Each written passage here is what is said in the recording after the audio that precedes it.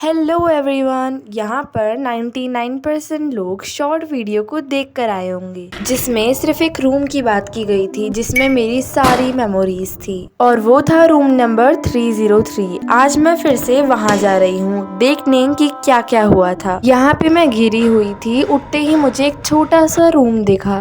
कैसे कोई सालों इस रूम में बिता सकता है ये सब कुछ देखते हुए, जैसे मैं पहले यहाँ रही हुई हूँ। रूम तो लॉक था लेकिन रूम में सिर्फ एक बुक मुझे बार बार दिखती है और इसमें लिखा होता है मर्डर। ये देखकर मुझे सब कुछ धीरे धीरे उसी जगह पर जो हुआ था वो याद आने लगा। मैं उसे याद करती तो एक और बुक दिख जाती और मुझे और कुछ याद आ जाता। पर अचानक से मुझे अपने रूम में कोई दिखा। ये वही था जिसको गोली लगी थी। वो खून पे गिरा हुआ था, उसके हाथ में जो बुक थी उसमें भी मर्डर लिखा हुआ था। फिर एक चेयर अचानक से सामने आई, उस पे भी वही बुक और वही लिखा हुआ था।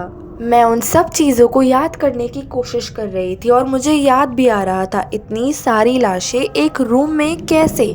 अचानक से मेरे रूम में भी एक लाश आई और उसके पास भी एक बुक थी जिसमें मर्डर लिखा हुआ था। और फिर उसने उन सब लाशों को गाड़ दिया। जो मैं सोच रही थी वही मुझे दिख रहा था। इसका मतलब ये सब मेरे सामने हुआ था। हाथ के पास थी एक बुक और वही लिखा हुआ था मर्डर। क्या सच में इतने सारे लोग मरे थे और किसने मारा था उन्हें? और इसके आगे मुझे कुछ ना दिखा और ना मैं कुछ जान पाई। यही थी रूम नंबर 303 की स्टोरी। बाय।